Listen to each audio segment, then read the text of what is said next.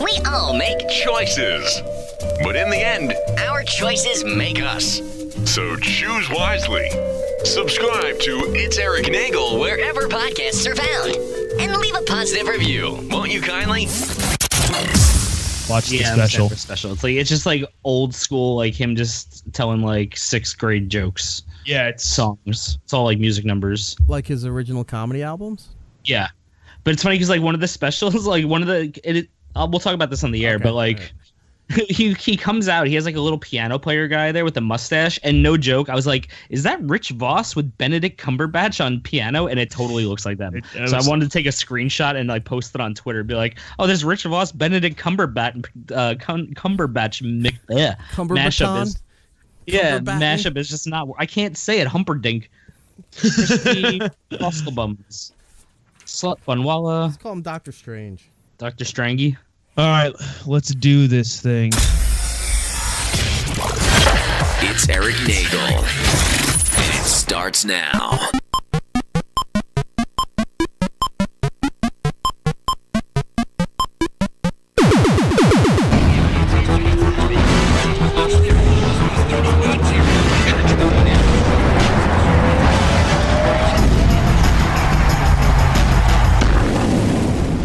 Ladies and gentlemen of the universe, the next voice you hear. It's Erik Nagel.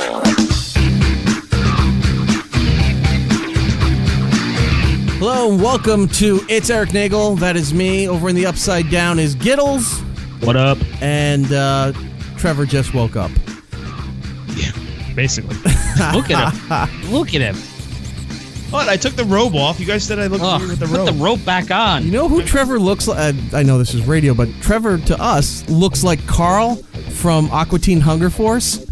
Oh, that'd be a great He Halloween just needs costume. the horseshoe hairdo, and you start rocking out to old 80s metal classics and ballads. Some Foreigner. They fucking rock! That's what you gotta do. You're both from Jersey. It makes sense. Could you do that next year for Halloween, Trevor? Can you be Carl? Only 365 more days. Yeah, sure. I'll start right now. All right, Giddles, we need to find a Foreigner belt. A Foreigner belt? Yes. Yeah. If you watch Aqua Teen Hunger Force, you know exactly what that is and what it's used for. So we need to get that. I like the meatball. Meat wad. I like the meat wad. Okay. That's a drop, isn't it? Nope, because we'll cut the meat out and it just says you like the wad. 651 Smithers is the phone number. 651-764-8437 to call and be a part of the show. It's just after Halloween. Everybody's done their Halloween material and have moved on because the stores have had Christmas all set up since the middle of October. Oh, yeah, easily. Beginning of October here. The radio station's been decorated with a Christmas tree since Labor Day. Last weekend, I just happened to be in Target, and all the Halloween candy was pretty much half off. And that was the weekend before Halloween. You would think they would still have it at the maximum price as people are rushing out to get bags of candy. No, they already cut it because as it got close to Halloween, all the Christmas candy was out. And they're flipping over the seasonal area to put all the Christmas stuff out. Yeah, the CVS I went into the other day had all their candy was already buy one get one free, and it was on like Monday, which it just made no sense to me. But you know what? I saw a lot of trick-or-treaters out this year, and I think they all got a lot of candy because of those specials. Oh, yeah. So I had one person on Facebook said they weighed their kid's candy bag, and they got 14 pounds of candy. Wow. Like, that's like, I think, half the weight of the kid. Yeah, that's a Vern Troyer. Yeah. You sure it was candy and it wasn't like special candy? What? No, it was just candy. The special candy. You know, what's wrong with you? It says like 30 or 50 milligrams on the side. Ooh, I want that. Yeah. I don't know what you're talking about. Did you guys go out for Halloween? Did you do the candy for the kids? What did you do? I slept all day, woke up early because I was told that kids will knock on my door and demand candy, put on my Batman hoodie that has the hood that turns my face into Batman. Did you have pants? Because we know you hate pants. That's why it's funny you mentioned that because I took mine off.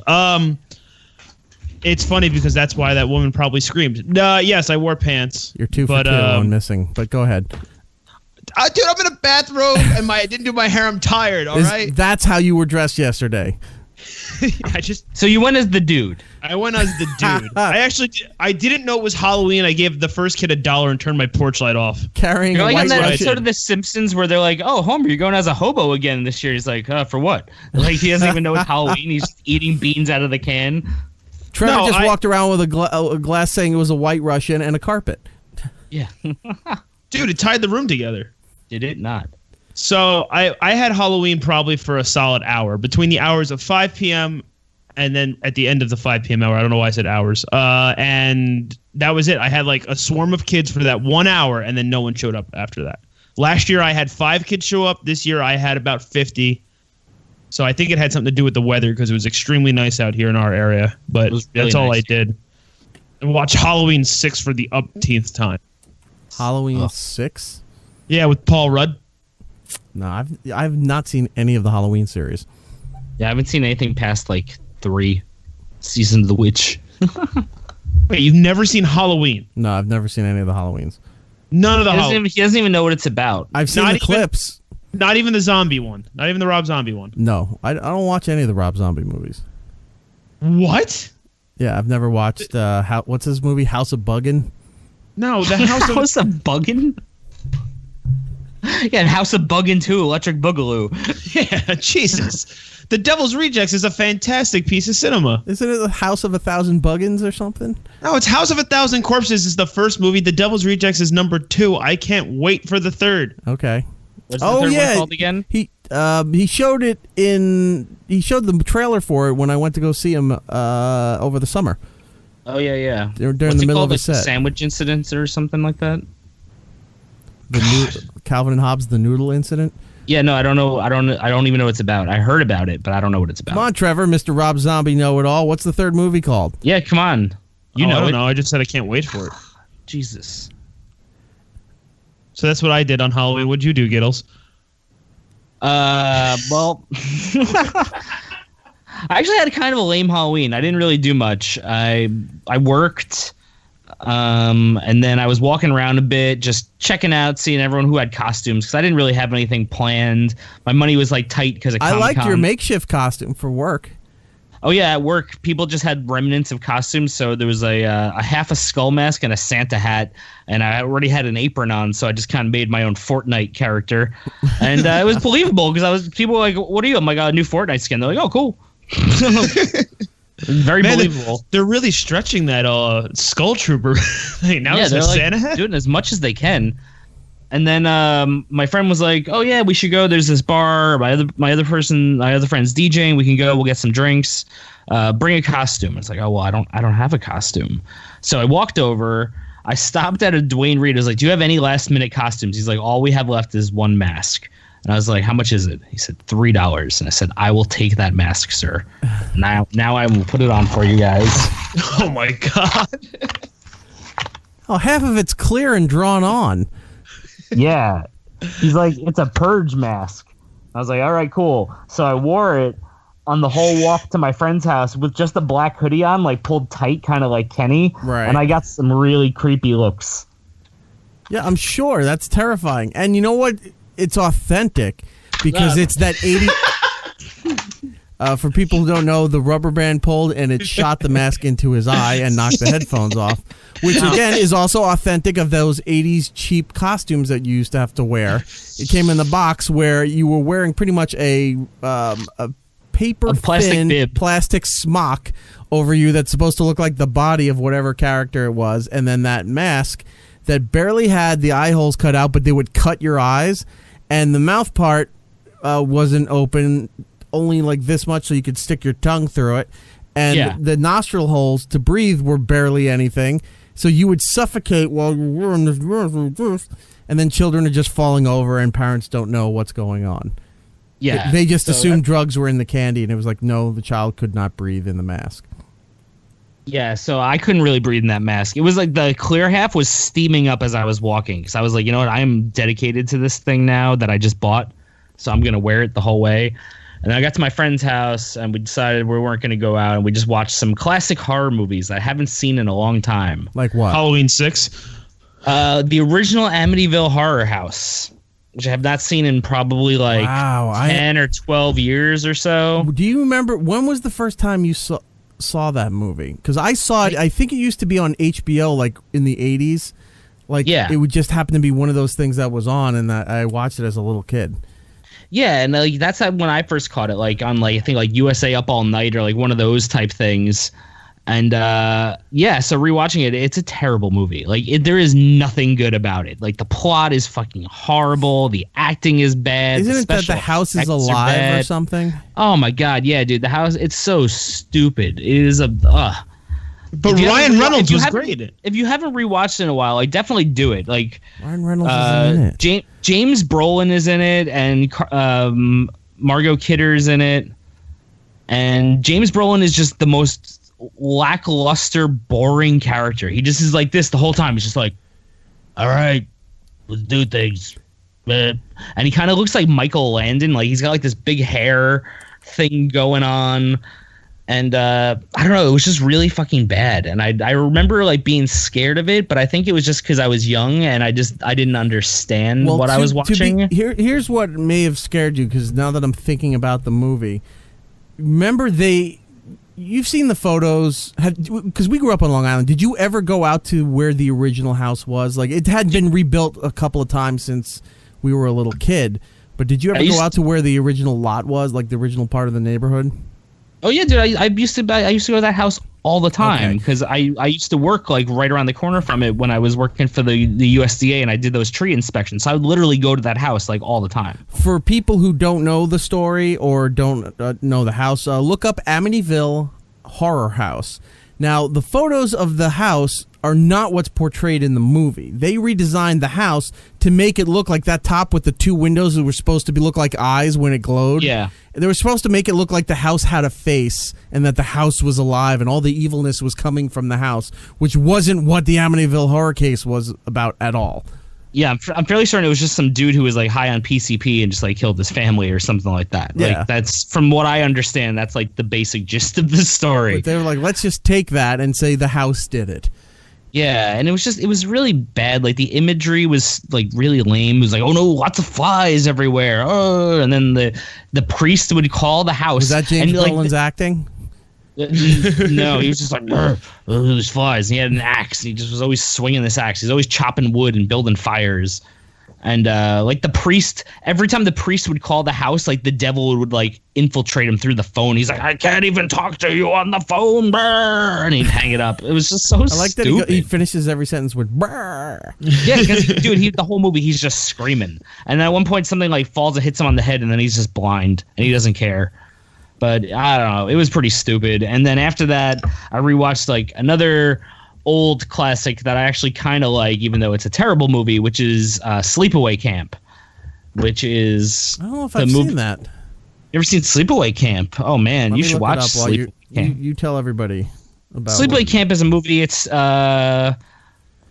starts off with a boating accident that leaves a father and his child dead, and then 8 years later, the kid from the accident goes to the summer camp that the person who was driving the boat hit his dad with, and then people just start dying. So it's a Friday the 13th ripoff.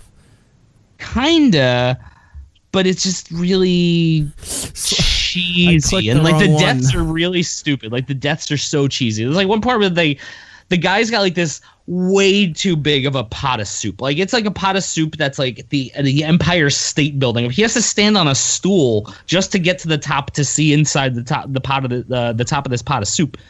And the kid just pulls out the stool from underneath him, and he gets covered in boiling water, and it's just it's so cheesy. But it's a great movie, and it's worth it if you've never seen it and you don't figure out what's happening in the first 20 minutes. Yeah, it's fun. All right. So definitely check it out. I think it's on Netflix right now, Hulu. All right, then I'll watch that for the campy factor of it. No pun. Also, I clicked on the wrong link and I went to Sleepaway Camp 2: Unhappy Campers. Oh, yes. And I have not seen that. I was talking to my friends. I was like, have you actually seen any of the sequels? And the reply was no. So I looked up Sleepaway Camp 2, and the lead is Bruce Springsteen's sister. Get out, really? Let's take a look. By the way, Sleepaway Camp 3, Teenage Wasteland. That makes sense. Do you think they had the option for the song, or they had to do a knockoff that sounded similar to the song? Teenage garbage place. Oh, yeah. Pamela Springsteen. Yeah. She hot? She's on the poster for this thing. She looks pretty But cute. even on the poster, it's got like Freddy's glove and Jason's mask like in her backpack, or Jason's mask like in her backpack. It's so cheesy. It's like, so we I can't show anything more or we'll get sued, but here's what we're doing. Yeah, and from what I read online, the plot of it was kind of like an Evil Dead and Evil Dead 2 type thing, where like Evil Dead 1 was trying to be serious, and then it was like really campy, and then 2 where they were like, we're just gonna up the funny level of it and still like have the horror as like a minor aspect. And apparently that's what they did with Sleepaway Camp 2, and they purposefully brought in those other horror movie tropes like as like a dark comedy like joke to it. Gotcha. So, and then the other movie I saw this week was Mom and Dad, which is with Nicolas Cage and Selma Blair. Have you seen it? No. Well, It is free to watch on Hulu. It's like an hour and 20 minutes. It's a new movie. It just came out this year. And it's Nicolas Cage and Selma Blair, and a disease strickens the town, and parents just start savagely murdering their children. And so Nicolas Cage and Selma Blair are just trying to murder their children the whole movie. It's like a total Eric movie, just parents trying to kill their kids. That's not an Eric movie. Number 2, why were they trying to kill their kids? Because of this like disease thing that happens. But the other parents won't kill the other people's kids. This movie came out last year. Yeah, dude, it's great. And then like while Nicolas Cage and Selma Blair are like trying to kill their kids, like his parents show up and he's like fighting these elderly people and they're trying to kill him. Dude, it's nuts. A teenage girl and her little brother must survive a wild 24 hours during a mass hysteria of unknown origins causes parents to violently turn on their own children. Yeah, so there's just scenes of like parents like, come to me, honey, and then they come to them and just like rip them apart. There's a scene where a lady has a baby and then immediately tries to kill the baby as she's like holding it for the first time. It's nuts. What? She's like trying to strangle it with its umbilical cord and shit, dude. It's crazy. I was gonna say that's horrific, but I almost said hysterical. So it is hysterically horrific. I just watched the first minute of the trailer. And it gives away all this stuff. Like this is exactly what the trailer is. Like it tells you this from the get-go. Yeah, the tagline is just, they brought you into this world and now they'll take you out. Yeah, it's a really fun, stupid movie. My only complaint is that it ends way too abruptly. Like, no joke, Nicolas Cage is talking and then the credits just start rolling mid-sentence. Like, it just cuts to black. It's a very abrupt ending, and I don't know why they did it, because the movie was only like an hour and 20 minutes, and it could have easily gone another 20 minutes. So, who knows? But yeah, that was my Halloween. That's not a bad Halloween, my friend, and especially if you could you get some free candy while you're watching these movies. Oh, yeah, all the free candy, yeah. It's a twisted Home Alone on bath salts. I love these quotes. I got to see this. Yeah, dude, you got to watch it. It's free on Hulu. Just go for it. It's right in the horrors. For me, I didn't do a whole hell of a lot. I worked and I was on the commute home. By the time I got home, any of the kids coming around to do candy was pretty much, done. But as I was driving through the neighborhood was pretty buzzing, which is weird because in the last few years, we've talked about this, the town that I'm in does that trunk or treat shit. Where it's the police in accordance with the school board, and I think the fire department maybe is part of it too. And they set up the cop cars and the engines and all the stuff where they fill compartments and the trunks full of candy, and the kids go around in a safe, controlled environment and do their trick-or-treating. Yawn. But this year there seemed to be a lot more people roaming the streets with their kids, not just kids by themselves, but there were a lot of people out there, and I was kind of glad to see that. It's a weird line now where our culture and our way of thinking is always to think that everybody is trying to kill everybody. So parents. That's why Mom and Dad is so great, because everyone's trying to kill everybody. Oh my God, that could be the second one on Halloween. Kids are just parents are chasing after kids in costumes, They kill them, and then they try to get the candy. Yeah. Diddles, get working on that. That'll make you $1 million. Copyright 2018. There you go. No, we were talking about this the other day with the trunk or treat, how like it's just terrible now because no one feels safe enough to walk through neighborhoods. But then the other point got brought up between a couple of us, how it's like, oh, well, at least now they can just grab the kid and throw him in the trunk and slam it shut and drive away a lot easier. Oh, so much easier. Right there. It's so great.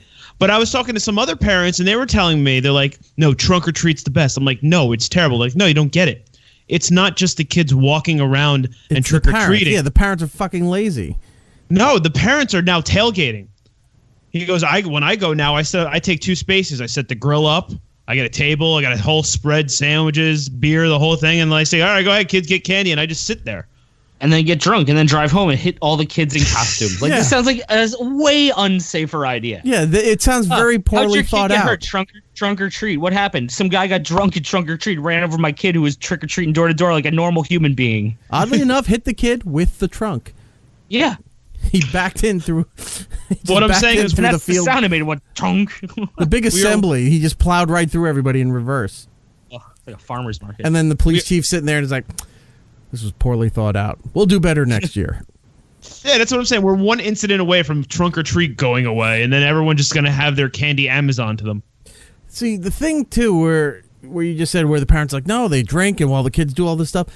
In a lot of areas, they do have that set up. I know down by my parents in Florida, a lot of the people, they have tables and stuff set up on their driveways, not at the street level, but where you walk up to these big houses to do trick-or-treat. But then there's food and there's beverages, adult beverages, for the parents that come around. So you can go, it's like, hey, you want a beer? Hey, you want a thing of wine? Like all that. The what? Yeah, but that's not unusual anymore. You do stuff for the parents too as they're walking around. I'd be hammered by the time I get to the end of the block because you're irresponsible and you shouldn't have had children in the first place. Go on. But so it is done. It's been done for a while. It is more of a modern thing to have a setup and a spread for people coming, not just for the kids, but the chaperones with them. And I kind of like that because then you get to meet some of your neighbors that you don't normally have a reason to meet or some kind of opportunity to even meet, because you can't just knock on someone's door and like, hi, I live down the street. How are you? And then you go, get away, weirdo. And then you slam the door. Can you sign this form? I have to have this form signed. Right. Yeah. It says I introduced myself. Yeah. By the state of California, and I'm not a sex offender. I'm going around as a sex offender on Halloween. Please sign this form real quick. Yeah. I noticed Mr. Jones never comes out to any of the town activities. What's that about? Is he a bit of a loner? Anywho, so did you see a lot of costumes though? Like I saw a fuck ton of Fortnite costumes. Like every child I saw was a Fortnite costume. I didn't see any costumes really because I wasn't home to do the trick-or-treating stuff. But I will say this: I have some. I got to send you a couple of photos. Some friends that did couples costumes as Fortnite, and it's amazing. Like it's not the cheap nonsense where you're just painting your hair pink and pretending you have the the axe or something with you. They went out and got real stuff and customized it like a cosplayer would to make it look like official costumes. And remember, we were complaining, or not complaining, but observing the fact that at New York Comic Con, we thought we would have saw more Fortnite costumes and made because there wasn't merch out yet. Custom made shirts and things like that. Nothing. We barely saw anything. Yeah, and it's good that Halloween now it's finally picking up, and you get to see people all dressed up. But here's the thing I noticed, and this is what I realized, right? And it was really sad to me, was that the reason why we didn't see a lot of Fortnite cosplayers at Comic-Con was because everyone other than us who plays Fortnite are 6-year-old children, and they're the ones who are all these kids getting candy are all these kids who are kicking my ass every day in this video game that I'm playing online. These little 6-year-olds who I'm giving a free dum dum pop to are the ones out there just shooting the shit out of me. They're the ones who are buying all the costumes. It's not the older sitting there people. And you hear a kid go trick or treat. Wait, I remember your voice. You're this guy. And you can lunge after the kid, and the kid goes. You hear the little screaming, radio. Yeah, their parents just hear the little radio sound. They come running like beep boop beep boop. Oh shit, Timmy's down. You're the guy who impulsed me off the clock tower. You prick. Yeah. But yeah, I think that's why. Actually, you know who I don't think that's why we saw as many at Comic-Con. I think that's why I saw so many more trick or treating. You know who I saw though yesterday? Speaking of Fortnite, I saw someone go as a streamer. I saw a kid in a ninja costume. Jet streamer? No, he's a dreamer. No, Jetsons. Anybody? No. Okay. Go no, ahead. see, that just makes the point that we're fucking old. Talking about a 6-year-old who's going as a guy who sits on Twitch, and you're quoting the Jetsons. Yes. Don't derail the conversation, Trevor. Please continue. I just made my point. I just saw a 6-year-old go as a guy who sits on Twitch. Like that was his whole costume. I mean, that just shows where we are as a society. Right. I don't know. Back in the day, it was all the homemade costumes. Those were the best ones. Like when I didn't have a costume and I was like, oh my god, it's Halloween tomorrow. I just put on like a bathing suit. I ran out, got a pink shirt and a pink party hat, and I was Patrick. Right. From SpongeBob. Those were the best costumes. One of the things I don't miss about working in a corporate environment is the day after some kind of holiday, especially a candy-related holiday, Valentine's Day, Easter. The next day, everyone brings their candy in that they don't want, and they set up bowls or bags, or they go around office to office. Hey, it's like, I have extra candy. You're interested? I'm like, yeah, everybody brought extra candy. Nobody's interested. The thing to do with Halloween, because Easter candy is god-awful. I can't handle any of it. I think it's just complete crap. It burns my mouth. But just the fake eggs, the caramel eggs and Cadbury, Peeps. All that stuff. Ugh. Can't stand any of that garbage. Peeps are terrible. At least you have a better variety for Halloween because anything pretty much goes. The trick to doing it, if you haven't thought of this yourself, which apparently a lot of people haven't, is they had all this leftover candy that they don't like and they don't eat. Then why'd you buy it? If you buy the candy that you like and that's what you give out, because if you have leftover, then at least some of the stuff you'll maybe want to eat before you bring it and try to pawn it off on all your coworkers and they start to resent you for it. But I think that's why people do it, because they have no self-control, so they don't want to buy a bag of peanut butter cups, not give it away, and then they're like, well, I can't bring this into work because 1, this is going to go in 3 seconds because this is prime candy, but 2, I can't keep this at home because I'm just going to eat it all because it's fucking peanut butter cups. Yeah. So I think people are buying the shitty candy because they don't trust themselves to not be a kid and eat all of it after Halloween. Plus, you have to figure out how much candy to buy. Like I said, last year I had 5 kids. This year I had 50. So, like, I had so much candy left over last year. I got so fat off it. I felt terrible about myself. So this year we were, like, looking for something other than candy. Not fruit or something like that, but we gave out chocolate-covered pretzels. And you still feel terrible about yourself. Why? It's covered in chocolate. Pretzels. Giddles would have been at my house 3 times. That's not candy, though. Chocolate-covered pretzels is not candy.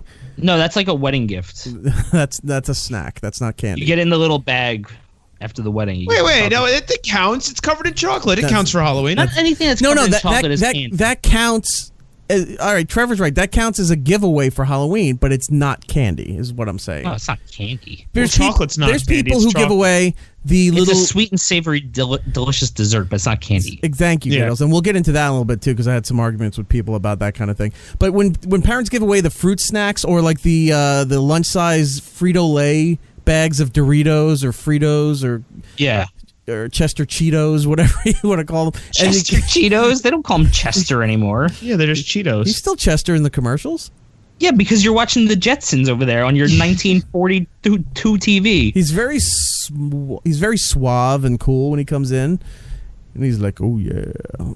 No, that's the Kool-Aid guy. No, that's not the Kool-Aid guy. Cigarette guy. No, look at the new Cheetos commercials, especially for the fires. I have seen those guys. He's creepy. He is creepy, right? He shows up at the laundromat. He's like, yo, it's a shame that you didn't get this orange shit on your laundry. And it's like, wait, what are you doing here? And it's like, buy Cheetos. Like, why are there orange prints all over the panties? What's going on? Yeah. It's like Sour Patch Kids, except he's a fucking Cheeto. Oh, that's just Dave. He does that. That's just Dave. He's a but so anyway, what was the point of the pretzels and the chocolate there, Trevor? Life stories. Oh, it was that it's not candy. Yes, it is not candy. And then you were saying something about not candy. Potato chips. Potato chips are not candy. They're a snack, and they're appropriate No, giveaway you said for that Halloween. the parents give out those little bags of chips. Or I love Fritos. those. I'd go and that's the bucket that I would take you're not supposed to dive your hand in and take a huge handful of stuff out of the bucket. That's the one that I would for the Frito-Lay stuff. I would definitely. I feel do like that. you're very picky. You're like, oh, you only have sour cream and onion. I'm more of a barbecue guy. Well, yeah, sour cream and onion is not. I know people love it. It's not for me, but I'd rather have that than over anything chocolate. There's so much bad candy out there. So, all right, let's transition into this then. So the other day on my Instagram, IHeartRadio, it was on the consumer. It wasn't on mine. My account just relayed it, but on the consumer, I posted 10 bags of candy that I thought were awful candies. Yeah. And I still stand firmly behind the list, despite people saying that they liked certain things on there. And now I'm thinking different of the people that follow this account. But judgmental bastard. No, I just think there's something wrong for the candies that they chose to say are awesome when I know they are not indeed awesome. All right, which ones, Eric? Because I know I'm a candy guy. Like I know which ones are awesome and which ones aren't. I eat a lot of candy. Move your mic a little closer to you. I can't. Are you using the headphone thing or using the mic in front of you? Oh no, I'm using the mic. Oh, here. okay. Sorry, I thought you were using the headphone thing. So the first bag, you know what? Is it Brock's? Is that? Oh, anything by Brock's is garbage. Okay, I didn't know if it's Bratch or Brock's, but Brock's, you've seen for years. Brock's is the knockoff candy that they put in candy stores where you're like, oh, you scoop your own bag and then you weigh it out. It's always Brock's and it's always garbage candy. Brock's it's not is good. Garbage candy. It is. So they have those pumpkins. They're oh yeah. They look more like a Jello mold rather than a pumpkin, but they're pumpkins, and apparently they taste like candy corn. So I put up that bag that I said that is awful because then number 2, I hate candy corn. I've never liked candy corn. I don't think anything that comes in candy corn flavor is good. I know Oreos did a candy corn Oreo for a little bit. I know there's some other little knockoffs here and there that do candy corn. But Jelly Belly, who is supposed to be like the premier jelly bean maker, put out candy corn, and candy corn is garbage. Candy corn is not a good candy. Now there are people who I know do genuinely like candy corn, and those are the people I'm very suspicious of. One is our pal Matt OG, loves candy corn. He does love the candy corn. Yeah. So like I remember enjoying them a little bit as a child, just because it was just 100% pure sugar. You didn't know. Up to a certain age, you didn't know any real difference in candy other than it's candy, I want candy. Yeah. You didn't know that you had a choice of not liking things. Like when you're 4, 5, maybe 6, you don't know. Anytime somebody gives you a bag of candy, you think, oh, it's candy, I'm just going to have it. And then you start developing your own. Don't go hack on me. You start developing the. I mean, I was listening to the song that was playing. you develop your own taste, and then start to realize, hey, I don't really like caramel, or I don't really like nougat, or I don't really like chocolate, or I don't really like Sour Patch Kid. You figure out what it is you like, and you stop accepting everything under the blanket of being candy. Candy corn was one of them. Others were like ribbon candies, those things that were like from the turn of the century before this, where it's like old prospectors and old ladies were eating, ribbon candy in the clear cellophane, and thought that was like a big luxury. Some ribbon candy, and then we can go to the box social. Yes, you can write on the back of my penny farthing. Boys love their ribbon candy. Oh, it's so delicious. So that was on the list for candy corn is garbage, which I'll make an amendment to. I'm not a jelly bean fan. I don't really like jelly beans. And there's a lot of people that make jelly beans, and they're not all the same. If you got, say, Brock's made a jelly bean, it's guaranteed to be garbage. Anytime anybody else, and some of them are like really big, and then like Jelly Bellies are small. Like they come in different sizes. Like you never know what you're getting. That's where I'm leading to, because Jelly Belly. Again, I'm not a jelly bean fan, but I've had people always have the bags with the different flavor assortments in them, and I've tried them, and some of them are pretty good. Like they'll have a peach Bellini one, and you're like, well, that's pretty good, or strawberry shortcake, and some of them are good. I just wouldn't eat jelly beans regularly. Then there's a lot of garbage jelly beans, so I give Jelly Belly a pass for putting out a good quality product. other people, if you see purple and black in a jelly bean assortment, you know that it's garbage, and it's bad. It's just there for decoration, and the idiots who think jelly beans are good, they will eat that. Trevor, anything? You staring at the wall? Every time I think of jelly beans or candy corn, I just immediately go back to that old Lewis Black joke that all candy corn was made in 1922. Because I've never seen a brand new bag of candy corn ever, and it's about the one I have right here. All right, Buy war bonds. Yeah, come on, man, it's great. Got that. But what I'm saying is, like, it's just like what he says. Every time candy corn or jelly beans, it's the same thing. I always forget that I hate them. You see them in the same candy bowl every year, and like an Alzheimer's patient, you go, ooh, candy corn, take it, and then you realize you hate it. And jelly bean, unlike candy corn, jelly beans gets a big push come Easter time. Like, jelly beans are mostly, I think... That's the only thing they're really marketed for. Yeah, that's what I'm saying. That's their main association to anything mainstream, is that Easter. That's where jelly beans come into play. And that, look, it's like, oh, spring, eternal, new life. What is it, the vernal equinox that's around Easter? Everything's new. And then, like, here's the most garbage candy in the world to celebrate the rebirth of the world. Yeah. I don't like jelly beans. I don't think they're good. I think Peeps are terrible. Peeps are garbage. What are the other bad like garbage Halloween candies that are on your list, Eric? I have the Necco wafers are terrible. My dad loves those things, but they're the most garbage thing in the world. Here's the thing with Necco wafers. Necco wafers, I strongly think that not made by Necco Toys. No, there's an extra C in the candy one. Is a generational thing because it was of a certain time period, like Chuckles and Tootsie. At least Tootsie Rolls. Chuckles. I'm not a Tootsie Roll fan, but at least they've transcended the generations. Like, they constantly carry over, and there are people who do enjoy Tootsie Rolls. But some of that candy is very generational, like Mary Jane's or Bit-O Honey or Sugar Daddy. Any of that stuff is all of a generation, and that's like, wartime to the post-war era. As you're hitting into the 60s, like that, an era for that kind of candy. Mm-hmm. It still exists because, a lot of those people are still around, but I don't think a young kid, if you gave them Necco wafers or if you gave them something else, currently like a Starburst or something like that, they're not going to pick the Necco wafers.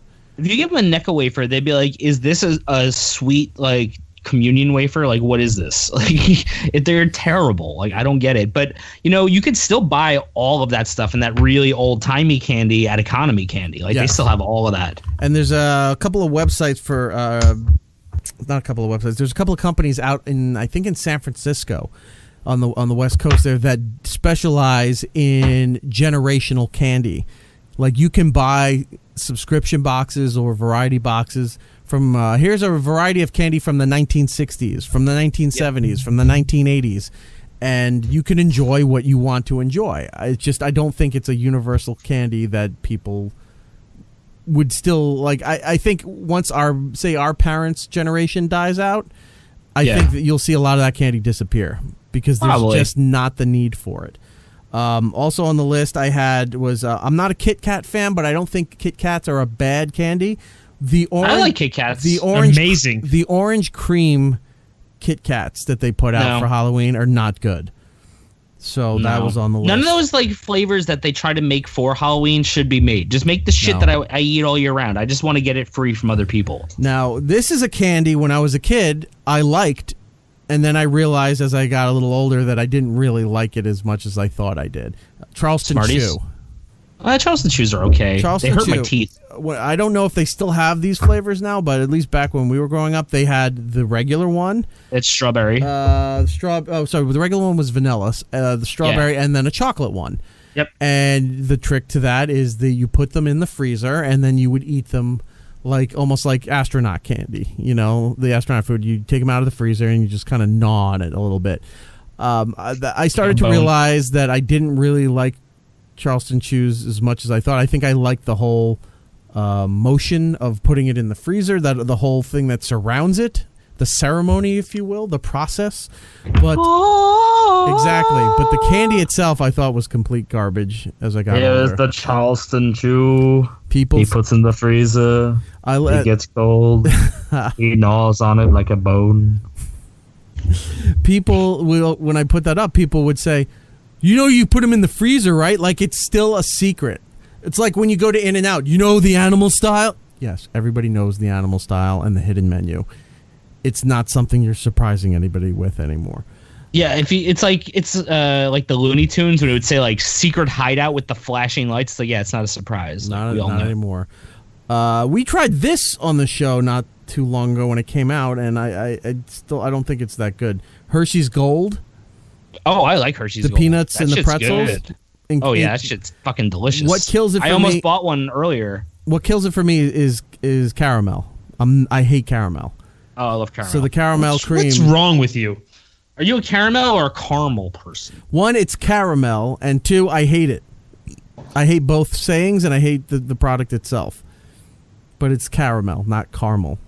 You nimrods out there who think that's the way it's pronounced. Because then how would you say caramello? It'd be like Carmelo? Yeah. Carmelo Anthony?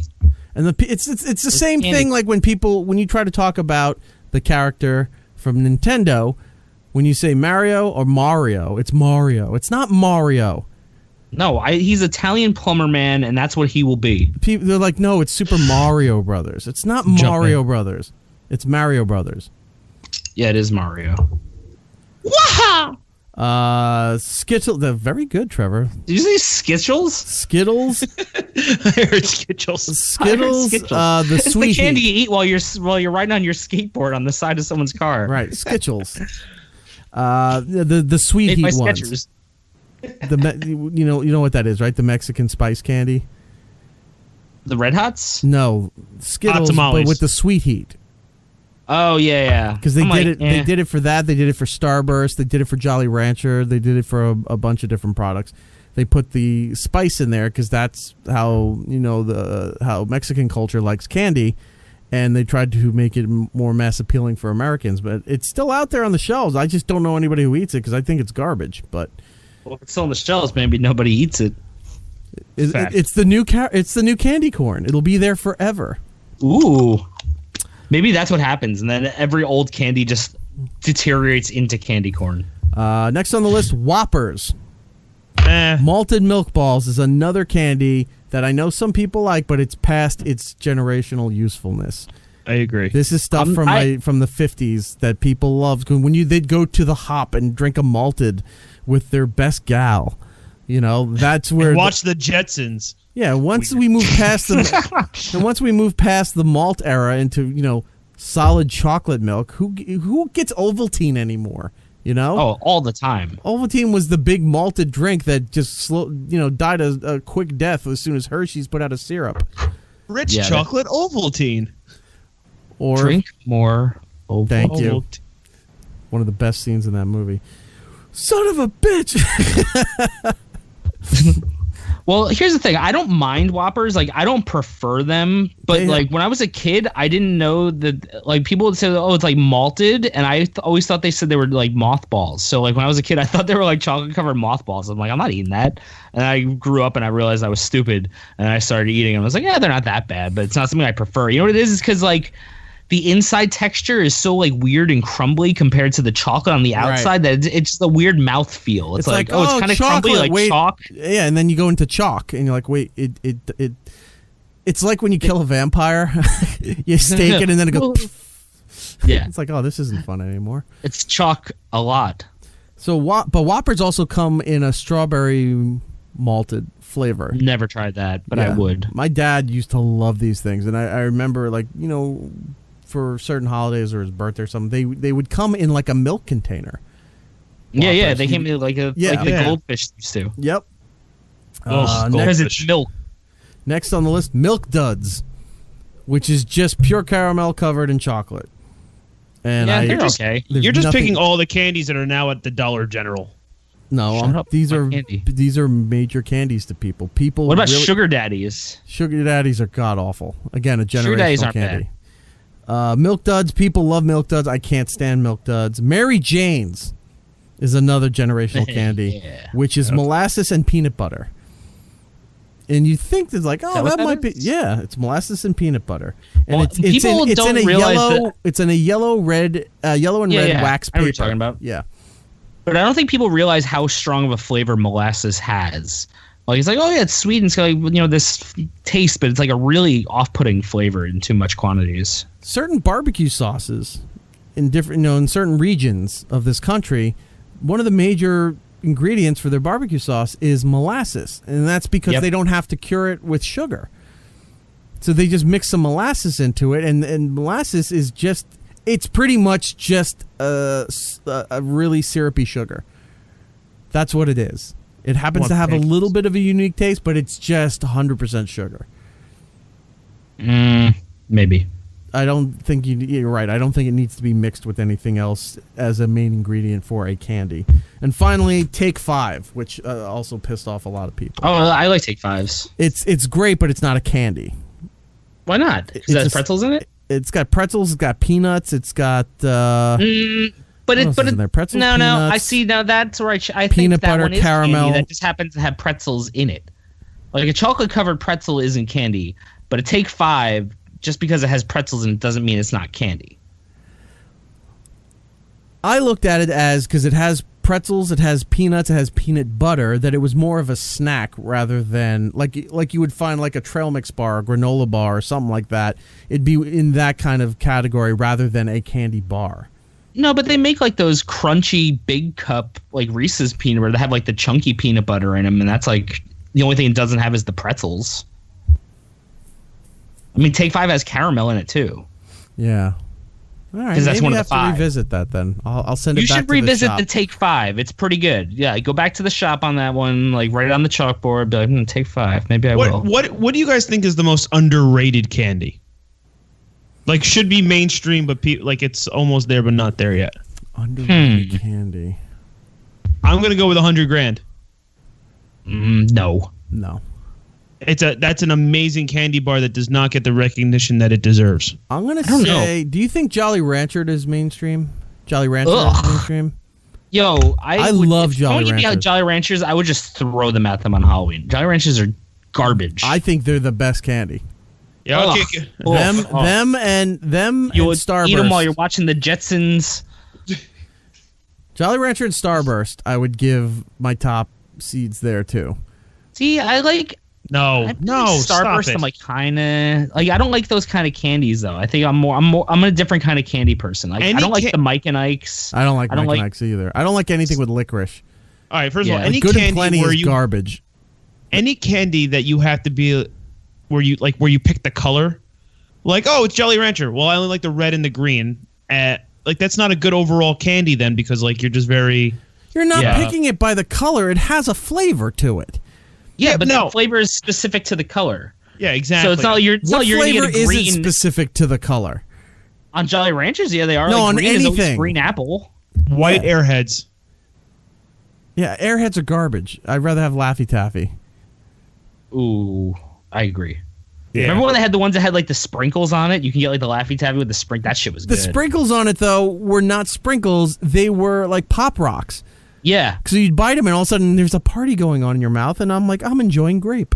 My overall point. I would hold it between my hands until it got like kind of warm, and then I would like roll it up like a hay I never barrel did that. Like you see in the field, and then just like chew it Yeah, you did have to warm it up a little bit because if you bit right into it, it's just like pulling on a rubber doorstop.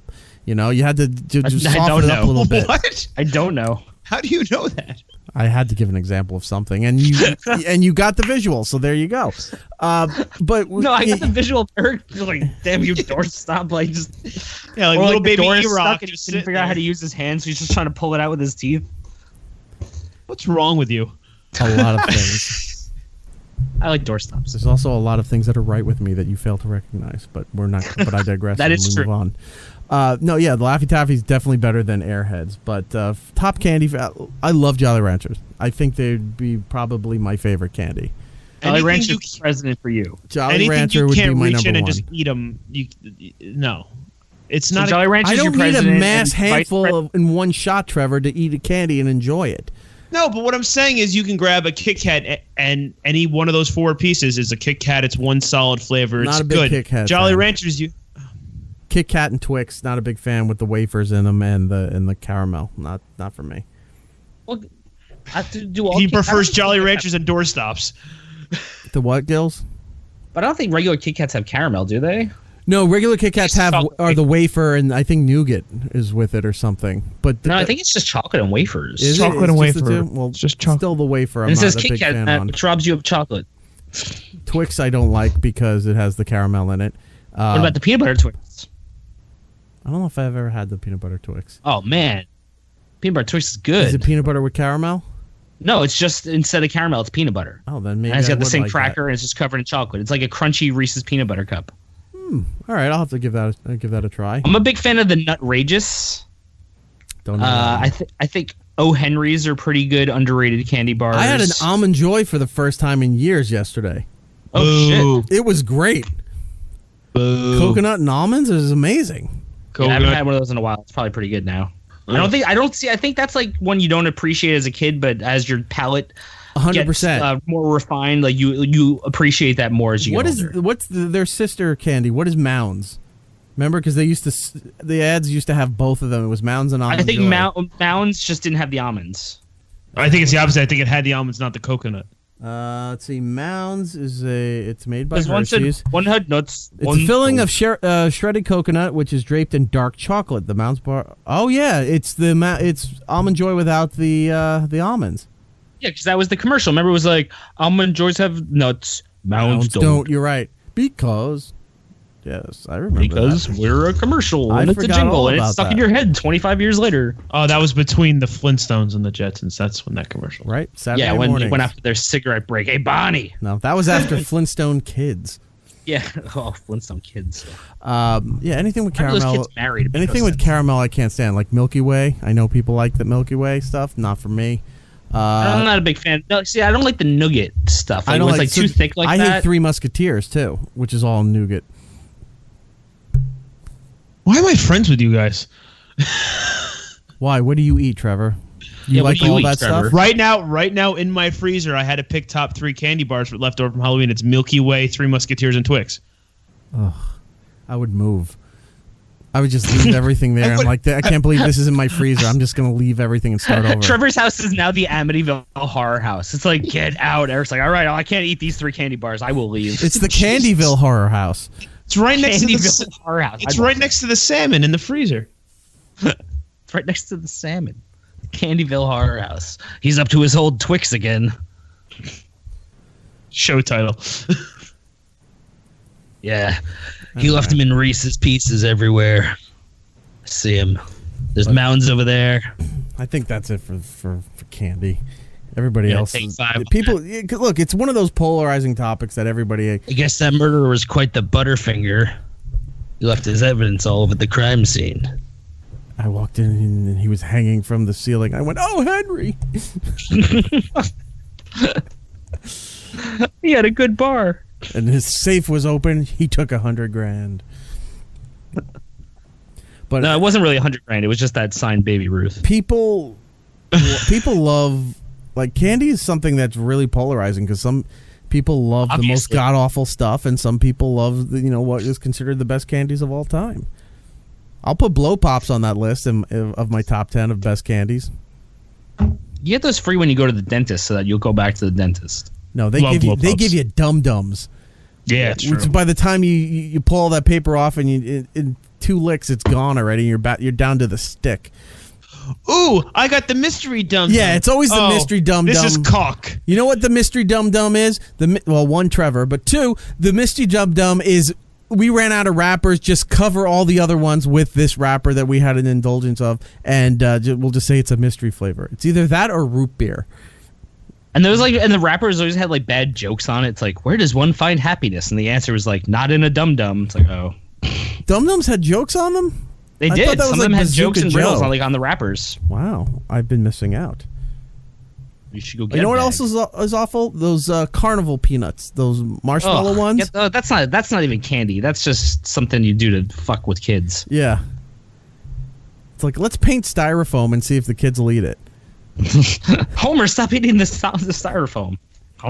That and the wax candies. I think wax candy is a generational thing that needs to go too. The wax candies that would have the liquid in it that you'd have to like bite and then like suck the little liquid soda out. bottles, but like, you never like or bite even it right. the wax lips that they used to have, yeah. or any of those things where you chew it and it was labeled a wax gum because you're not supposed to eat it. You're supposed to chew it to get whatever flavor is in the wax, and then you spit the wax out. Yeah, that was really like stupid. That's idea. old prospector shit. You know, yeah, like sometimes when I'm bored, I just chew candles. Right. And then have a sarsaparilla. Take out an old Bob Marley record, take a bite out of it, just chewing some wax. You lick your pick, you throw it up in the air, and boom, and you try to find gold. Yep. What? If you get off that was your all phone, about you, listen. Trevor. Oh, sorry. Sorry. All I heard was lick your pick, and I was like, what? Enough with the candy thing. Have you noticed too? Because next week is election time here in the United States. Tuesday, November 6th. Everything is telling you to go out and vote, and it's gotten to the point where it's not just the TV ads that are overbearing and annoying. Facebook ads, YouTube pre-roll ads are constantly 15-second things that are saying to go out and vote. And when they link you to these websites, like I forgot one of them was Ballot for USA or something like that. It's like, here, if you don't know what the elections are going on in your area, if you want to see the ballot for your area, click here. So, like, one of those sites, I was like, yeah, I don't really know what the hell's going on. So I sat down and clicked the link to look at it because it looked, certifiable. And I go through there and it should be locked up? Yeah, I was going to say. Yes, exactly. Erased from humanity. So I go through everything and I look for my area. I look at the ballots for my area, for my state, and I'm reading up on stuff. And when you go to click on the candidates, and you're like, all right, what is this person's platform? What do they stand for? I started to notice that these websites that are being advertised all over the place to encourage you to vote and get informed and learn about the candidates and the propositions and the bills that want to be passed, they all lean one direction.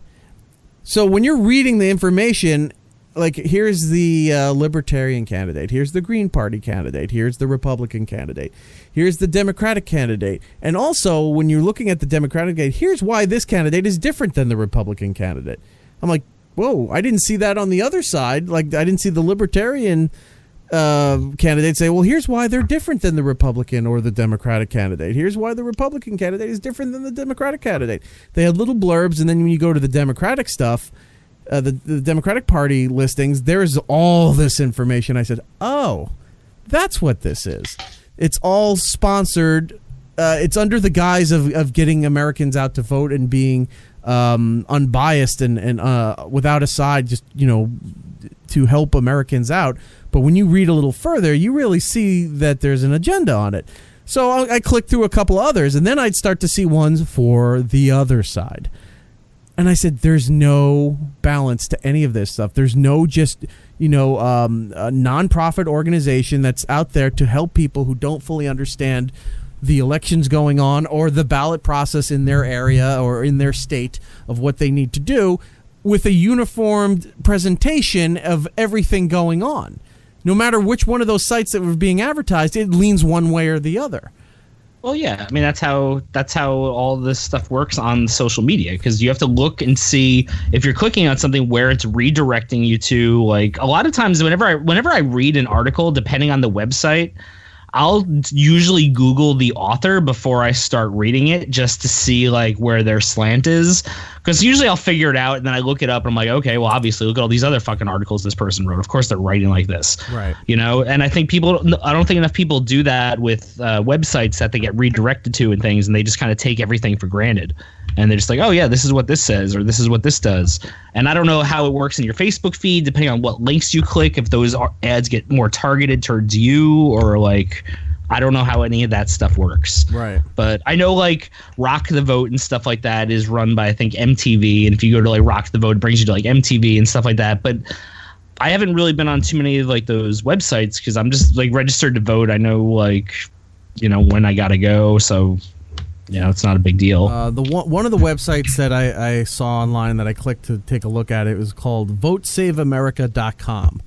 And I went through either way. Yeah, I went through everything, and that was leaning more left. And then there was what was the other one I saw? IWillVote.com, where it seems, like an even presentation of everything going on until you get deeper into the candidates or the reasons for or against a certain proposition or a bill. Then you're like, okay, this site is obviously trying to persuade people to vote this way. And my problem is this, is like, I don't care which way it's leaning. I just think seems kind of unfair that they present themselves as an unbiased outlet to figure out how to vote, how to register to vote, how to get informed and find out about all these things. But if you get past surface level, you see that it's really just campaigning for a certain ideal or a certain political party. Well, I mean, that's how the news works. I mean, people watch the news for whatever thing they want. Like, news has a bias to it. Like, every news station has an implicit bias to it, and some people don't know that they're watching biased news, and some people don't know, sometimes the biased news will tell you that the other news is fake and vice versa. So it all depends. You really have to know what you're looking for. We're wading into really new territory here in the last. I honestly, since 9/11 is when the 24-hour news broadcast started. Right. Yeah. And we've literally waded into new territory. Like, we have older generations who honestly don't understand the power of the media and how it could be influential and how badly they can be tricked. And the same thing with a lot of the younger generations and even people my generation. I mean, it's kind of everybody. There's no media awareness classes you can take that's oh, this is how you could spot bias. This is how you could do this. This is how you recognize that you're being fooled, because there's no way to really have quantitative data on how to prove that, so it's just, you have to just kind of be aware of everything that you're reading and every website you go to and everything you click. And that's why I always do a lot of research before I read or comment or share any articles, because if anything is shared a lot of times within 2 hours or something like that, I'm there's going to be something wrong with this and everyone's going to look stupid in 3 hours. And, so it's it's worth it to just take the time and, make sure your information you're getting is correct. I went through, because look, I'm not going to lie, the advertising obviously worked, because I kept seeing it all the time, and it was annoying the fuck out of me. I said, you know what, let me see what this actually is, because it kind of wore me down. And when I went through some of these sites, I'm thinking oh, all right, they got information on all the elections, and then you start to see the slant on everything. And I was just like, it's never going to get better if there's no middle party. Even some of these ones that are .orgs, which are supposed to be nonprofit organizations that are helping for, find a polling place, and, all these kind of things to help people go out and vote so that they don't have low voter turnout for not just for either side, but for in general, the general election of anything, that they have higher voter turnout. And it's just hard to find anything in the middle of the road. Even these sites that present themselves as, look, we can help you with all the basics, and here's the information for you to to figure out on your own, but let me tell you about why the Republican candidate is this way, or let me tell you why you really shouldn't be voting for the Democratic candidate. And it's there's no end in sight, and there's nowhere to help anybody. I don't know. For me, I'm that's for me on the totem pole of problems with voting, that's so far near the bottom. It's I think people know the difference between being able to wade into something like that and pick up that okay, this is obviously pro-Democrat or pro-Republican. I'm far more concerned about voters being purged from rolls and voter suppression efforts that are actually happening, which are going to have a lot more of an effect on people than that. You see that happening with the midterms here, that there's going to be more suppression? Because it seems like everybody is guns blazing to try to get people. I saw organizations, even religious organizations, that were willing to provide transportation service to people to get them to the polls.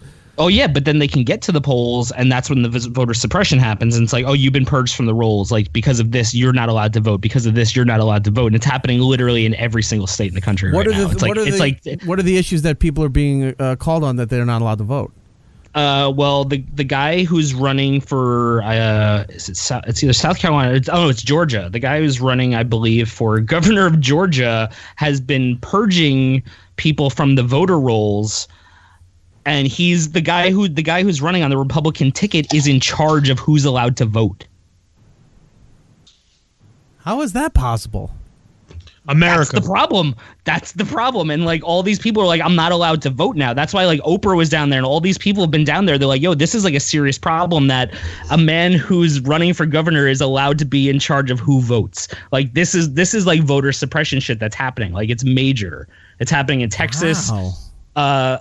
In North Dakota, I believe a lot of Native Americans were all purged from the voting rolls. Like they're not allowed to vote because they don't have proper ID, because they changed the proper ID laws. Like there's a lot of really crazy shit that's happening in the country right now with voter suppression.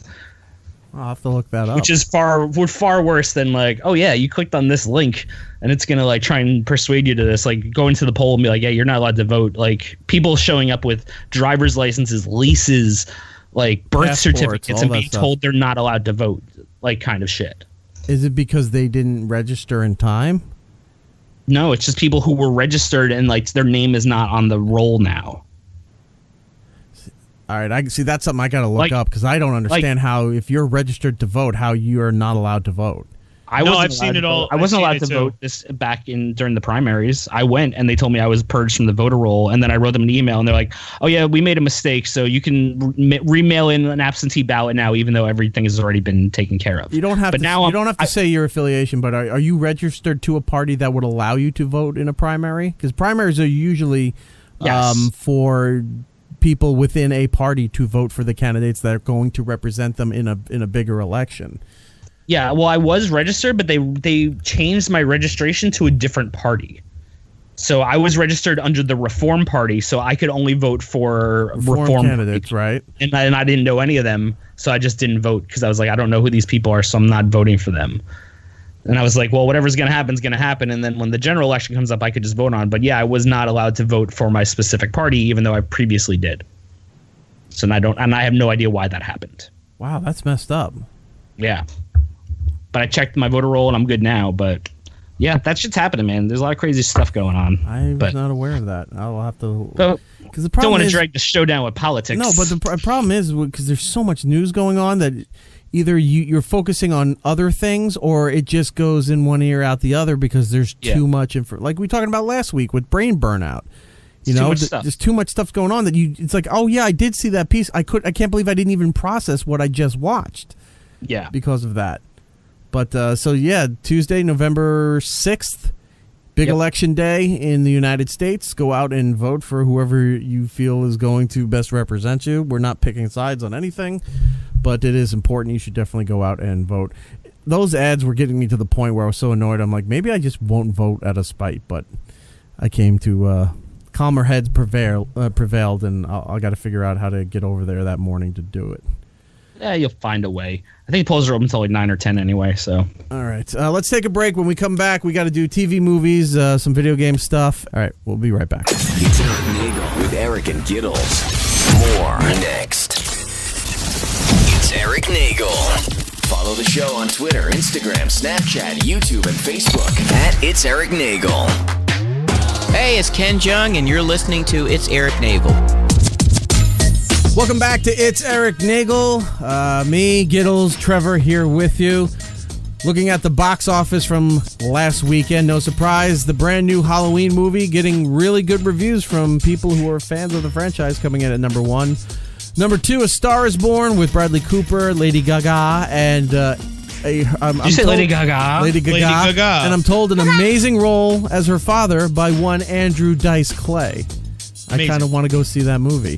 Number 3, Venom. Number 4, Ghostbumps 2, The Clock with the House in its Walls, or whatever you want to call it. And number 5, I know I screwed that up. 5 is Hunter Killer, which, sure, I don't know what that is. Gerard Butler. So it's not a movie that doesn't mean anything. Coming out this weekend, as you're listening to it, the movie a lot of people have been waiting for, Bohemian Rhapsody, is opening. I've heard really good things. Not just like reviews. You've heard mixed things on it? Yeah. Yeah, the reviews are absolutely terrible for it. Yeah, I haven't heard much. Like I've heard like more like mixed to lower than like higher end. Really? Because I know 2 people who saw it already, and they were raving about how great it was. The only downside I saw online were people saying it didn't go into or involve his sexuality as much as they thought it should, which I didn't realize. I just heard that it's just kind of like, just a lot of musical numbers. That's the thing. A lot of people that like wanted to see this as like a rock biopic are more calling it a concert movie, like kind of like a Jonas Brothers movie. Now take it to the umpteenth level because it's amazingly done, but 90% of the movie is apparently about the music, which is fine, and about the Live Aid performance and how they recorded it, which is great, awesome, amazing. I actually am very excited to see it. I'm sure I will enjoy that part.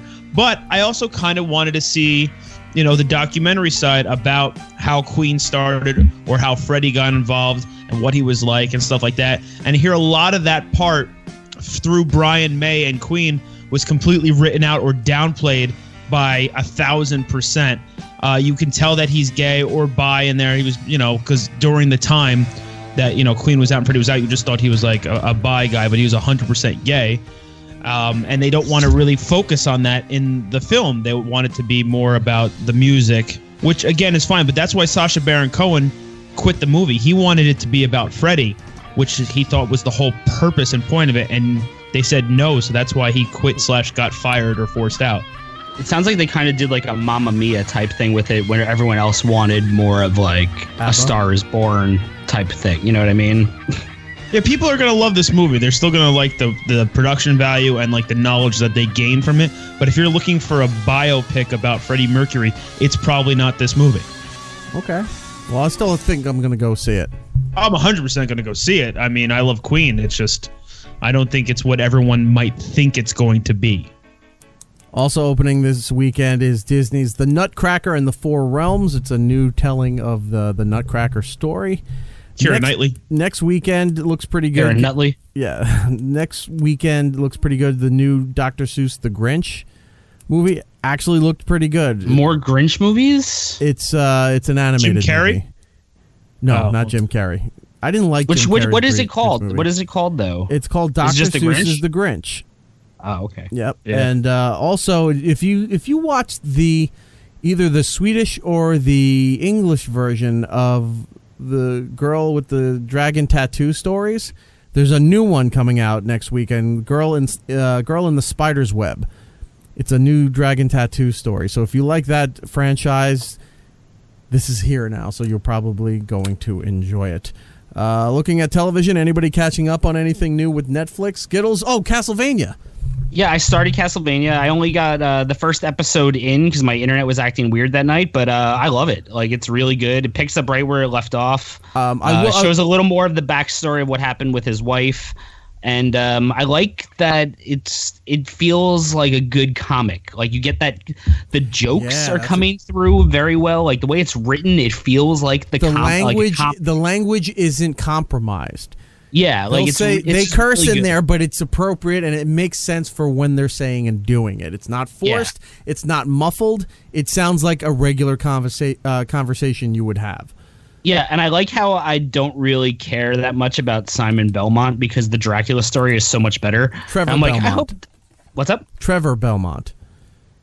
That's what he wanted to call me. Trevor. It's Trevor Belmont in the animated. Oh, it's series. not Simon? No, that's Trevor. I thought it was.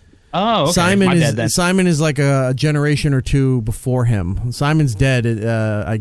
Simon's dead, and the whole family's dead except for Trevor. He's the last one. Okay, that's my mistake. Then. This animated series based on the video game, based on the Castlevania video game series, but it pulls a lot of material from the third Castlevania. Yeah, and then you start to see some things from like Symphony in the Night, which is another Castlevania game. They pick it here and there, but it's the starting point starts with Castlevania 3, and the characters that are fighting against Dracula are from Castlevania 3. Yeah, and I like how some of the vampire characters look like the ones from like Castlevania. You know what I mean? Like the guy who, like the vampires who look like beastly, almost like werewolves. Right. They have like a Blanca look, but they're orange. But they look just like that in the little 8-bit video game. You know, it's kind of cool. But I like it. And the way Dracula is perceived, like when he comes into the throne room. I don't know if you've gotten to that part. I won't spoil anything. When he teleports his entire castle using a D20. Right. But when he makes his presentation in what they call the war room, right? It's a big, there's a big throne in this hollowed area where all his generals and his army are all there, and he comes in. He's not like your cliche Dracula kind of thing. He's very tall, like wide, almost like a triangle. The way he's designed, it's more of really the Castlevania 2.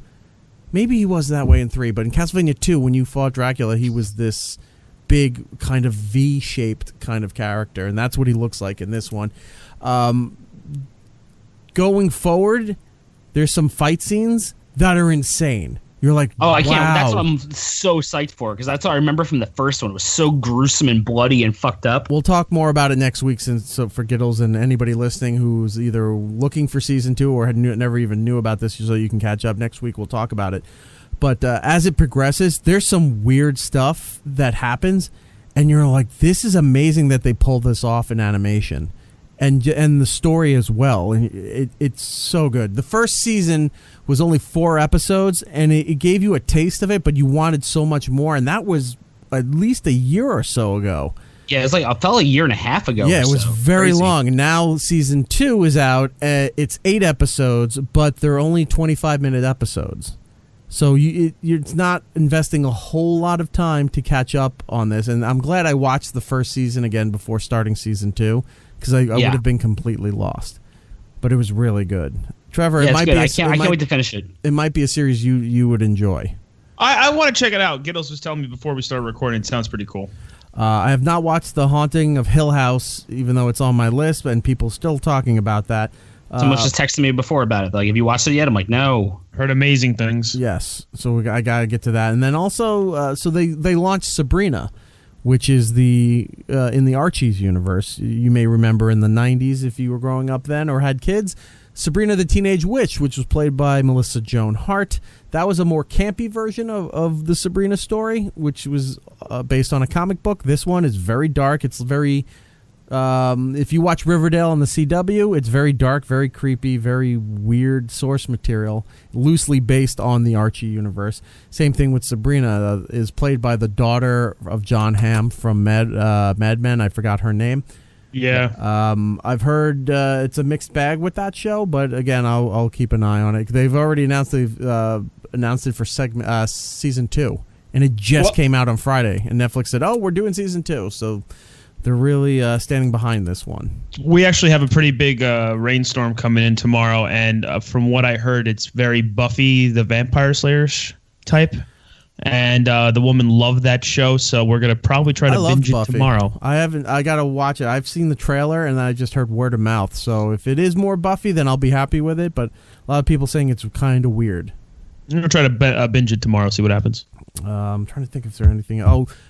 I saw the new Adam Sandler special. That's what it was, yeah. How was that? 100% fresh?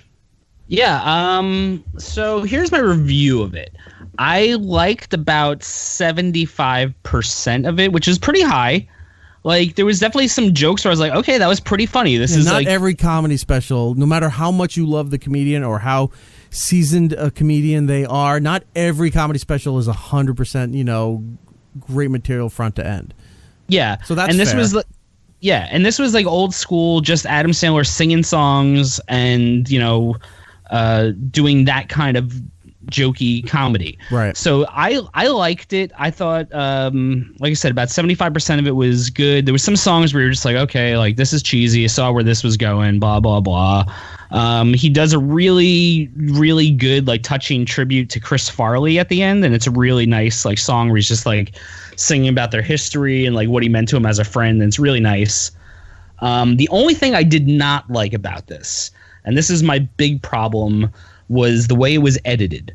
Now, the special was shot at a lot of venues, but they like normally when you watch a comedy special, they'll shoot it. The comedian will wear like the same outfit. They'll shoot it like 4 or 5 times in a row, and then just take the best version of each joke. Like how they do like stand-up specials. Right. This one, it was no joke. Every sentence he ended would cut to the next sentence of him at another show in a different outfit, like continuing the song. So like every time it would like cut, he was like in a different place still singing the same song, wearing a different outfit, but with a different crowd. So it made me like skeptical of like, was this the real reactions he was getting, or was this like cleverly edited? Like, what was going on with it? Like, if you watch it, you'll see, be like, why is he wearing this outfit here, this outfit here, this outfit here, this outfit here? Now he's on a big stage, now he's on a small stage, all within the same joke. That's like when a band, really weird. For a music video for a band, they mix different concert footage together to make a video or a movie. But here's the thing with comedy specials, usually they tape two versions of it. They'll tape an early show and a late show, and the comic usually wears the same outfit so that they can edit it back and forth. Yeah. And they also re-edit the laughs, the camera positioning and things. So I think it's called sweetening it, where if there wasn't enough laughter there, they'll grab laughter from another part and mix it in with that to boost it up to make it even bigger thing. So he could have done that while also mixing the footage from different performances, which again, that has never really been done in comedy. They try to keep everything very uniform. So for him to take best of scenes from different performances and mix it together to tell the story, to sing the song, to tell the joke is a different concept. Yeah. Well, the thing that really, I think, turned me off, like, I agree with Giddles 100%. I've seen 75% of the special, and there's definitely the songs and the jokes is what you expect, and I love it. But the editing, the problem is it shows him in like an arena in Jersey, and then it shows him in like the Comedy Cellar in New York. So like the audio quality, the audio is terrible. It ranges from terrible to really terrible. And when he does, like Giddles says, from line to line, it just sounds off. You're just like, what am I? I'm confused. Like, I'm listening. I did that. I plugged it in the car. Comedy specials I usually plug in the car because I don't have to watch them usually. So like, it was kind of weird just listening to it, going, Jesus, where the hell is he? Like bouncing around the world like Carmen Sandiego. Yeah. And because the levels weren't right. Like between venues, it would totally change because it would be like boomy and echoey. Like, it was one of those things where it doesn't feel like they were able to balance him talking with the crowd applauding. So sometimes the crowd would pause and be like really loud, and then he'd talk and like, okay, here's another. But it was weird. It just wasn't like done well. They filmed all these specials, and then they came up with after the fact of like, hey, what if we did this? Instead of doing a song a venue, why don't we just do every fucking venue a song? Yeah. Genius. Let's do that. And it didn't work. Yeah. But the songs are good, and that's why it was like weird, because like the songs are good. Like this, they're funny. Like there's some really funny songs in there. It's Adam Sandler. Where I was like laughing out loud. I was like, okay, that was good. That was really funny. And then, like I said, other ones that weren't that good, but it's edited so strangely. And if anyone out there watches it, you'll know exactly what I mean when it starts, because there's a lead up until like a cold open. So it kind of feels like, oh, this is him warming up. Like, you know how they always do like the little set before the comedy special starts where they do like their little like, oh, this is, you know, like before the Louis thing, he would like go to the pizza place and then like the show would start. It was kind of like that. So you're like, okay, this is him working out the routine. And then when the show starts, it's going to be the show. But then it wasn't. It was just that the whole time. And it was weird. Yes. All right, well, I'm going to have to watch it like a lot of the audience here who hasn't seen it yet and make our own opinion on it. I think that you're probably completely right, because that's too many differences in one special to not be just an opinion. You know, it's fact that, look, you can do all that stuff with video, but if the audio isn't perfect, people are less tolerant for audio than they are for video. Yeah. So if the video's kind of grainy but the audio's okay, they'll be all right. But when the audio is jumping all over the place, it doesn't matter what your video is doing. People are just going to be mad because it sounds horrible. Yeah, like I said, it was just a strange format, because it really felt like, oh, this is going to be the setup, and then this is going to be the big show, and then it was just that the whole time, and it was just weird. Yeah, they would have been better off. It felt like they were making up for something with the way they edited it, but I think at the end of the day, it was probably just a creative style choice that I just disagreed with. All right. Yeah. Some other TV news. They finally named the prequel for Game of Thrones, which we still don't have a date. They just said early 2019. They still haven't told us when the last part of the original show is coming back, but the prequel is going to be called The Long Night, so if that means anything to you, there you go. Am I the only one who doesn't care about those things? Yes. Like about Game of Thrones? No, just like I look at those kinds of things as money grabs. You know, like when they did the Fear of the Walking Dead, and like now they have FX's the like Mayans. They're all prequels or they're different takes. It's like the original series was good enough. Why do I have to? Like you're just trying to cash in again on something, and they usually don't work. Well, it depends if it adds to the story, if it's going to affect something later on. Or influence something later on, it might be worth taking the risk. But yeah, it could be a cash grab on that. But maybe, look, the Mayans on FX is a little different because it's showing the opposite side of Sons of Anarchy. You know? But it's also like Better Call Saul. Like, did he really need his own series? I don't know. It's doing well. People love that story. I know. That's what I'm saying. Characters. I might be the minority where I'm just like, no. I think you're partly right. I think like for Fear of the Walking Dead, I really don't see a need for it, but it still exists. They revamped the whole format and the casting and stuff for this season to make it better, and shot totally different. Like the current stuff is shot more of in a black and white, off a faded color kind of view. But then when they flash back to the past, it's in full color. So interesting. It's very weird. I don't know. I don't get excited for these things. This falls into TV, but I want to touch on this real quick. So WWE has a pay-per-view. When you're dog barking in my apartment. Who the fuck has a dog? You do now. Surprise! Sweet. Oh, sweet. I left that dog tooth under my pillow last night. I guess the dog fairy came. There's a crowbar. Open the crate before he suffocates.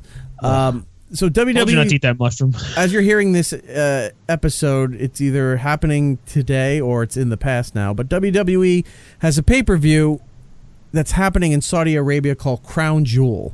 Now, this is part of a 10-year deal that the WWE made with the royal family Prince of Saudi Arabia to do events to try to express to the rest of the world about it's pretty much just like a tourism and propaganda stuff for saying Saudi Arabia is not as bad as the world thinks it is.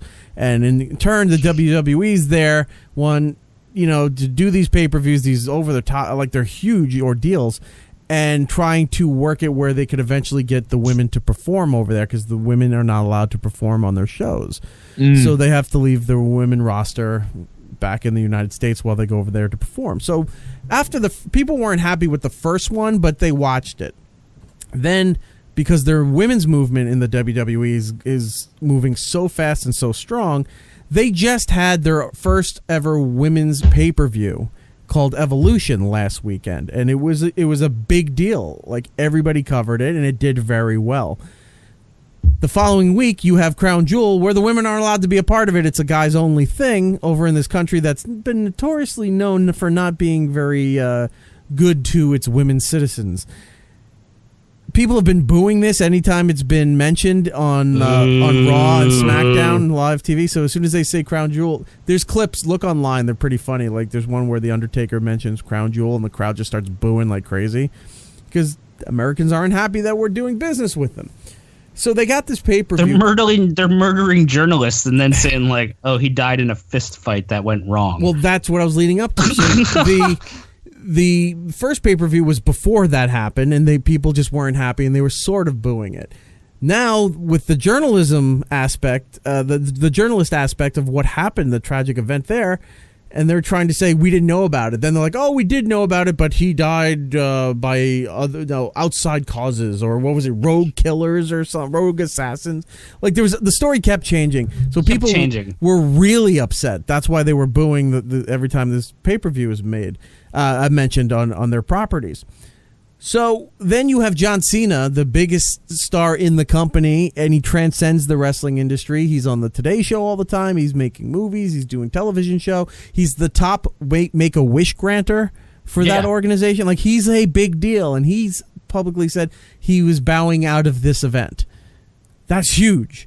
Yeah. Then their champion, who has the top title in the company, about a week or two ago, went out on Monday Night Raw, said that he's battling leukemia again, and Reigns had to give up the title, and so now you don't have the face of the company's not going. The star attraction for the company is not going to be a part of it. Like, it was starting to break down, and people were wondering if they were going to continue doing it.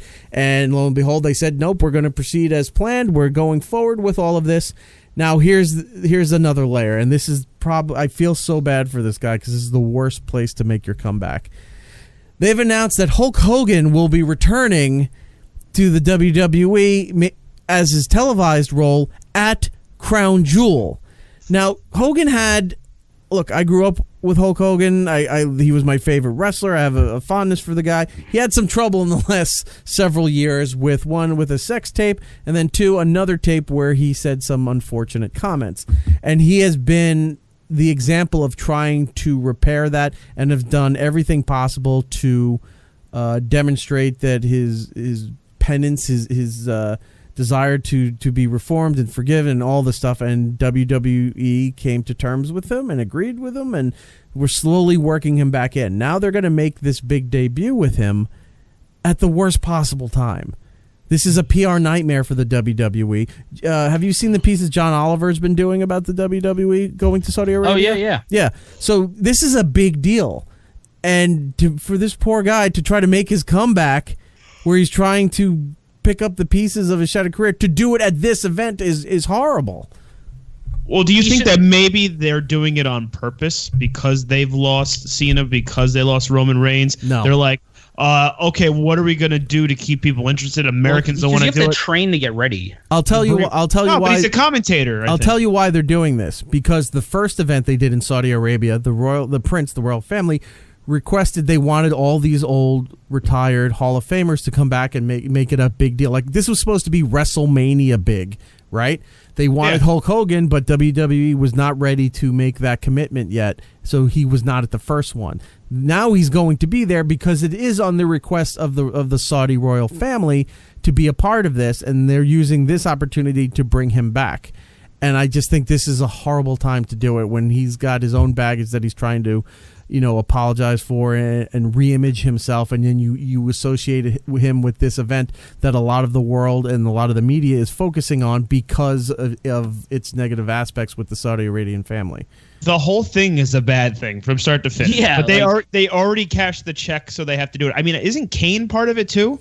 Yes, and Kane he's a and the governor. Undertaker. No, he's a mayor. He's a mayor. He's the mayor of Knoxville, Tennessee. Well, and then he's got to go out to Saudi Arabia right now. I mean, the whole thing, again, they already cashed the check, so they have to go through with it. Right. So, but they don't. Like, they can, like, Hulk Hogan can have like a little moral of decency and be like, I'm not going to go to the country where they're murdering journalists. Like, he could do that. Like, he's got enough money. Like, he doesn't need to do this. But this is the company's call, I believe, not his. Yeah, I know, but like, and what do you do if you're trying to get your job back or you're trying to get your livelihood back? It's like, you want back in? Yes, I totally but it's like, want back here, in. Cool. You're you gotta going to get Saudi Arabia. Yeah. That's not a good sales pitch to me, Eric. Like no, but I'm not saying a sales pitch. It's like, what is he going to do? Because if he says, no, I'm not doing this. Wait till another event. Well, what if WWE says, then we're not doing this?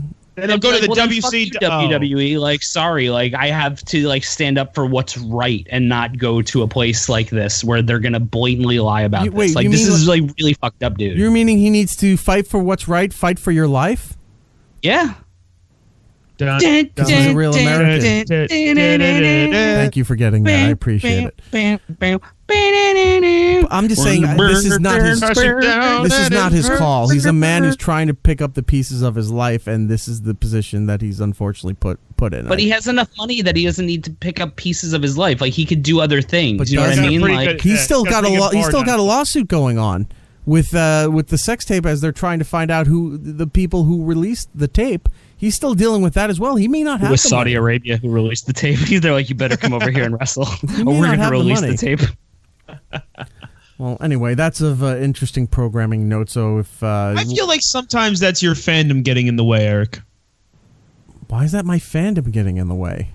I don't know. I feel like you feel bad it for seems Hulk really Hogan. obvious to like not do it. I don't know. Like, Okay, if it was anybody else trying to return to the company, I would get that. But look at all the shit that he went through in the last several years, and now they finally said we're going to invite you back. Like they just put him back into the Hall of Fame. They're going to do business with him again, and that's where they stick him to make his debut. His glorious return to the company is at the Saudi Arabia event. And is he going to come out to "I Am a Real American," or are they going to switch it to the Jimi Hendrix song for his NWO entrance? Voodoo Child. Dude, Voodoo Child. I don't know. You. I guess it's just I can't picture myself in a situation where I would do that. But that's just me morally. That's who I am as a person. I don't think anybody. That's just, I agree with you. I don't think if anybody else had better status, like if you were just a returning Hall of Famer and like you haven't been, done anything with the company in so many years, we'd like to have you come back at this event. That's one thing. But when this guy is trying to desperately put his life back together, and he said, "I'm willing to do whatever it takes to be back in the good graces of the company," and then this is where they're going to make the debut. What is he going to do? What's he going to do? Question. That really broke up. Question. Is the Honky Tonk Man going to be there? No. Nobody likes the Honky Tonk Man. No wrestling company. I don't even know why. There's stories that, like Eric Bischoff has a story saying he's the worst, he's the biggest regret and the worst wrestler he's ever done business with, but he never told the story as to why. Hence why I want to see him there. And then if he's not there, that's the line in the sand for me. You want to see his longside birds and his pink Cadillac. It's not the moral of the fact that people are dying there. It's the Honky Tonk Man. Longside birds, hair slicked back, coming to your town in his pink Cadillac. He is the Honky Tonk Man. The Honky Tonk Man. He's cool, hey, so we'll see he's all cocky, night. And he's bad. Before we go, Giddles, I just saw this. The Meg, your favorite movie, just got picked up for a sequel, and they're looking to adapt it into a theme park. Of course they are. I mean... we said that it would happen. Like, it wasn't like too hard of a prediction when it made that much money. It was like, all right, they're going to franchise the shit out of this. Do you think Universal just closes down Jaws and takes a bucket of paint and right? Jaws has been closed for a while. Yeah. Oh yeah, dude. After it ate all that bus full of children, they were like, we can't have that. Well, then do you think they're just going to dust it off and reopen and just write Meg on it? Which was weird. The children are still in the mouth. Yeah, which was weird because the shark is on a track and they just backed the bus up and dumped the children into the yeah, they were like, please don't do it. It was like a forceful event. Like some school was punished. Like this is the school that won the free passes for reading the certain amount of books, and then the ones that had the lowest amount got dumped into the lake and eaten by Jaws. Remember, kids, stay in school, read a book. That's the lesson we take out of this. Finally, Red Dead Redemption 2. I've been playing it. Trevor, are you playing it? I've played a total of 20 minutes. Giddles is going to have the game very soon. Just a note, it is the fastest selling entertainment property of all time. In 3 days, it sold $725 million. I'm so excited to play it. Just life is getting in the way. I was supposed to play a lot of it today, and then you got stuck on a train. Oh, well. Well, you have plenty of time for next week's show, so we can come back and report about all the fun things that we did while playing Red Dead Redemption. And by that music, it means we need to go and do the plugs and get out of here, so we'll go around the room. Giddles, what do you have? Gittle Base on the Twitter, Instagram, and Xbox Live, and that's it for me. No takedowns coming up. There's a takedown coming up for Chile, but I can't be here that weekend, so I don't know if I can do it yet. So, yeah, I have to be in Saudi Arabia for a Chile takedown. I gotta... My comeback family taking all our good events. Trevor, what do you have? At Podcast Dummies on the Instagram, Twitter. It's going insanely well. We had a special guest this week at our episode. Who was it? It was a guy named Giddles. What? Yeah, I know that guy. That's what happens when someone literally cancels 10 minutes before the show and Giddles goes, "Hey, you gonna play video games?" So I'm like, "No, you're gonna call into the show." So at Podcast Dummies. That's exactly what happened. That was the only way you were getting booked, Giddles. Think about it. Episode 6 with Giddles is up right now on YouTube and twitch.tv/Podcast Dummies. Every Tuesday at 6 p.m. we'll be live. Also, on Mondays at 8 p.m., we replay the current episode of Big Kev's Geek Stuff now. So if you want to hear Matt and Big Kev play at 8 p.m. on Twitch, and then we are on at 6. And Monday is another live episode, too. So it's going well. Please follow me, and I beg you for subs. I mean, please sub if you like. Well done. For me, it's E-Rock Radio across the board on social media, but more important, the show, It's Erik Nagel across the board on all platforms of social media. Follow us on, or was it like us on Facebook, and subscribe to us on YouTube. 651-SMITHERS is the phone number, 651-764-8437. You can call and leave a message to be used on a future show. Giddles, Red Dead is on its way, so you're going to have to give us a report next week of your enjoyment and your findings in there. A little teaser for you. Go up and look on YouTube for this video where there's a woman in one of the towns, and she's standing next to one of those sandwich boards that trying to get people to rally for the amendment to allow women to vote. And this cowboy walks over and decks her in the face, and her bonnet goes flying off into the wind. Eric, what did I tell you about putting your clips up on YouTube like that? That was not mine. I would. But I'm trying to figure out Twitch so I can stream my gameplay on the Xbox so you can watch it. You log in through your Xbox, and then you do hit broadcast, and then it'll say broadcast through Twitch, and that's it. Yeah. That's all you gotta do. And it really saves my footage so I can reuse it later? Yeah, it'll automatically just start. Everything you're doing will just go live on Twitch. And then it saves it for 60 days. And if you're with your headset, it'll come through if you're talking to people. So just make sure if you know that. Yes. I don't care. Yeah. They can hear whatever nonsense. You say that, you're like, Monty, shut up. No, Monty. I can't wait for the multiplayer because that'll be so much fun. Monty. Because I'll live stream it while we all play and it'll get the posse It'll together. just be, Monty, stop, and then just pretzels crunching in his mouth. You get what you pay for there, Trevor. Yeah, that's what I get. All right. Until the next time, everybody, be excellent to each other. And have a wonderful time. And we'll be seeing you. Be seeing you. I don't get to say anything, do I? Nope. You just said it. It's Erik Nagel.